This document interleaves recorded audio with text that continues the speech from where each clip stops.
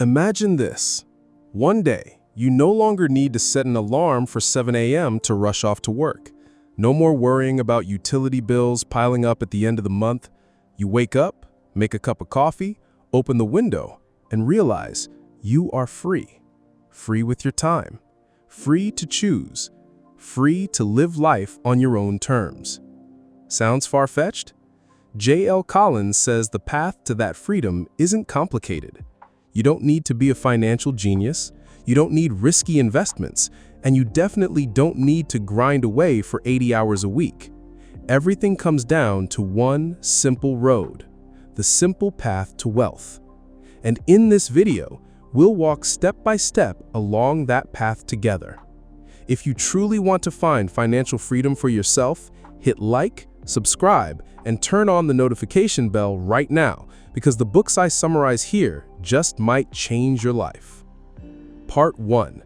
The foundational mindset about money. The very first thing J.L. Collins wants us to understand is this: money isn't just numbers in a bank account. Money is freedom. It's choice. It's a shield that allows you to live a life with less stress and more meaning. He once told his daughter, "Every dollar you earn, if you save it and invest it wisely, becomes a little soldier working for you. And one day, an entire army of dollars will be fighting to protect you instead of you having to work so hard just to survive." Imagine this. You have $100. If you spend it all, it's gone. But if you save and invest it, that money starts to grow like a seed that sprouts into a tree, producing fruit year after year. These money trees are the real source of financial freedom. Collins also points out a hard truth. Most people are becoming slaves to money without even realizing it. They work to spend, then spend and have to work even more. The cycle never ends. Only when you change your mindset, seeing money as a tool for freedom rather than a tool for endless consumption, do you actually step on to the path to wealth. Here's a simple example. If you spend $5 a day on fancy coffee, in 10 years, you'll have spent nearly $20,000. But if that same money were invested in an index fund averaging 7% growth per year, you could have over $28,000. One small habit can determine whether you stay a slave to money or make it your ally. The core mindset Collins teaches is this: let money work for you instead of you working for money forever. And that's the very first building block on the simple path to wealth. Part 2. Save more than you think you need. One of the key truths J.L. Collins emphasizes is this: saving is the foundation of all wealth. You can't invest without capital, and you can't build capital without saving. Most people assume saving 5% or 10% of their income is enough, but Collins is blunt. That's far too little. If you truly want financial freedom, you should aim to save at least 30% and even 50% of your income if you can. That may sound extreme, but think about it. If you save just 10% of your income, you'll need to work almost 50 years before you can retire. But if you save 50%, you could retire in just 15 to 20 years. The difference comes from a simple principle. The more you save, the less you actually need to maintain your lifestyle, and the faster you reach financial independence. Here's a practical example Collins gives. Imagine someone earning $60,000 a year. If they save only 10%, $6,000, they're spending $54,000 annually. To retire, they need to accumulate enough to cover that lifestyle, a huge number. But if they save 50%, $30,000, their annual spending drops to $30,000. That means, following the 4% rule, they only need to build 25 times that annual spending to retire, making early retirement much more achievable. The key takeaway here isn't about how much you earn, but how much you actually need to live comfortably. Living below your means and saving aggressively is the ultimate shortcut to freedom. And Collins makes an important clarification. This doesn't mean living miserably or cutting out all joy. It means spending consciously. Ask yourself, does this expense truly bring me value and happiness, or is it just habit and impulse? With discipline around money, you'll realize real happiness doesn't come from buying one more thing. It comes from the peace of mind that you're moving closer to financial independence. Part 3. The Simple Path. Index Funds. J.L. Collins has one piece of advice that might sound too simple to be true, yet it's the very investment strategy that has helped millions of Americans achieve financial independence. Invest in low-cost index funds, especially those tracking the S&P 500 or the total U.S. stock market. Why index funds? Because instead of trying to pick stocks, time the market, or follow the latest broker's tip, an index fund automatically buys you a basket of hundreds or even thousands of the largest companies in the market. That means you don't need to be smarter than Wall Street. You don't need to guess which company will be the next superstar. All you need to do is own the entire market. Collins points out a truth that many people don't want to admit. Most actively managed funds fail to beat the market over the long run. Sure, a few managers may outperform for a year or two, but over 10 or 20 years, the majority fall behind. Meanwhile, passive index funds quietly win thanks to ultra-low costs and consistent performance.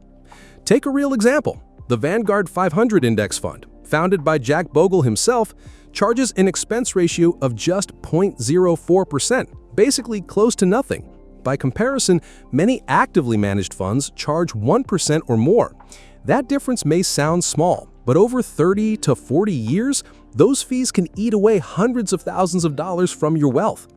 Index fund investing is not a get-rich-quick scheme. It won't double your money overnight. What it does offer is far more valuable: reliability, stability, and sustainable long-term growth. History shows that over time, the U.S. stock market has delivered an average return of about 7 to 10% per year after inflation. Put simply, instead of betting on a few horses, you're betting on the entire race, and in the long run, that race almost always goes upward. This is the simple path Collins emphasizes.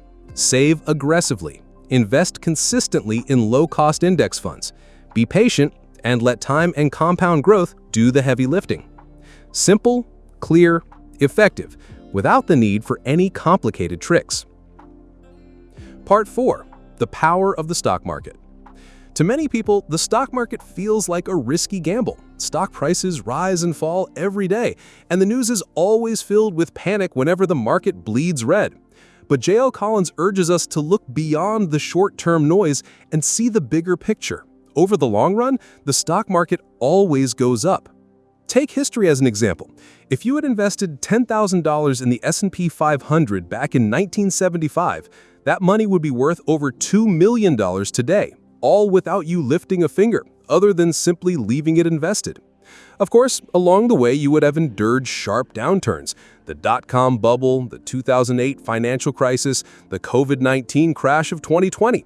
Yet every single time, the market recovered and climbed to new heights. Collins calls this the magical power of the stock market.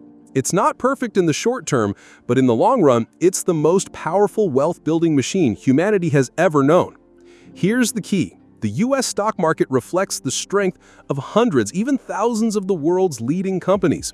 When you invest in an index fund, you're not betting on a single business. You're investing in the entire U.S. economy, in human creativity, innovation, and growth. And remember this: market crashes are not disastrous. They're opportunities. When stock prices drop, you're essentially buying valuable assets at a discount. Just like a 50% off sale, downturns are the best time to accumulate more so that when the market rebounds, your gains multiply. That's why Collins stresses, don't let emotions control you. Don't panic and sell when the market plunges. Instead, stay calm, be patient, and trust the long-term trend. If the power of the stock market could be summed up in one line, it would be this: in the short run, the market is a voting machine, but in the long run, it's a weighing machine. In other words, the crowd may push prices up and down in the moment, but real value always wins, if you give it enough time. Part 5. Avoid debt, the enemy of wealth. If the stock market is the engine that built your wealth, then debt is the hole that drags you backward. J.L. Collins doesn't sugarcoat it. Debt is the single greatest enemy of wealth. Take credit cards, for example. In the US, millions of people are burdened with credit card debt carrying interest rates of 18 to 25% per year. What does that mean? It means you're paying the bank far more than what you could realistically earn in the stock market. While the market may give you 7% a year, credit card debt is draining 20%. You can't win a game where your opponent always takes more than you make. Colin's advice is blunt. Never carry credit card debt. And if you're already in debt, treat paying it off as an emergency. The faster you eliminate it, the sooner you break free, allowing your money to work for you instead of for the bank. And it's not just credit cards. Collins warns against car loans and consumer debt as well. That shiny new car might give you the illusion of wealth, but in reality, it's a depreciating asset, losing value every day, while the debt tied to it keeps growing. Of course, not all debt is inherently bad. A reasonable mortgage, for instance, can be considered good debt, since real estate often appreciates over time. But even then, Collins advises borrow as little as you can and pay it off as quickly as you can. Stretching a loan over decades means losing hundreds of thousands of dollars in interest, money that could have been invested to grow your wealth. The message here is crystal clear. Debt is bondage. It strips away your freedom, your choices, and makes you a servant to money. On the other hand, being debt-free means being free. Free to invest, free to choose your own path, and free to live a life unchained from monthly bills. If you truly want to build lasting wealth, remember this. Hate debt the way you would hate an enemy. Part 6. The 4% rule for retirement. Imagine this. You've spent your whole life saving and investing.